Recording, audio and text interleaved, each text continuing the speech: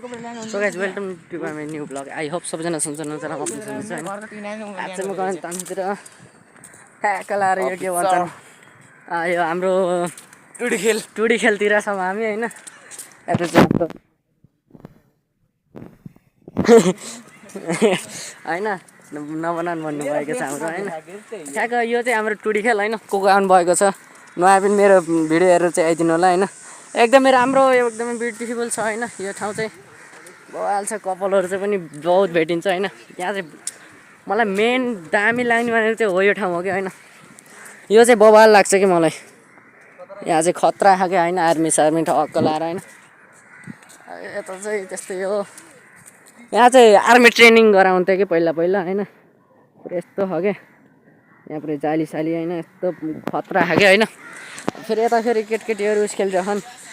के भन्छ अरे यो बास्केटबल खेलिरहन् यहाँ त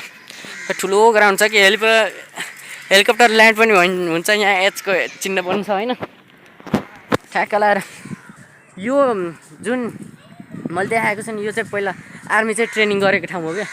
यो ठाउँ चाहिँ एकदम बवाल छ क्या यो चाहिँ आर्मी ट्रेनिङ गरेको ठाउँ हो हैन यस्तो काँडा छ केटाहरूले मेरो भिडियो बनाएको मैले यिनीहरूको बनाएको म यिनीहरूले मेरो बनाएको हैन यहाँ चाहिँ हाम्रो सानो भाइ बहिनीहरू खेलिरहन् यो चाहिँ बास्केटबल यता सानो काल्दै हैन यो त बास्केटबलको उसो अनि ऊ त चाहिँ ऊ भइहाल्यो के अरे हो यो हो क्या ठ्याक्क ट्रेनिङ हान्ने ठाउँ चाहिँ हो क्या यहाँदेखि चाहिँ यस्तो बवाल सिन देखिन्छ नि हैन है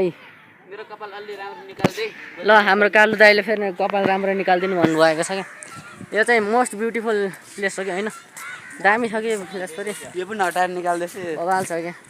यस्तै हो यहाँ चाहिँ विशेष गरी कपालहरू आउनुहुन्छ हैन धेरै जस्तो कपाल देखिन्छ यहाँ चाहिँ त्यस्तै छ अवस्था हैन गम्भीर छ एउटा कपाल चाहिँ त्यहाँ हुनुहुन्छ हैन हाम्रो भन्न बनाइदिउँ हैन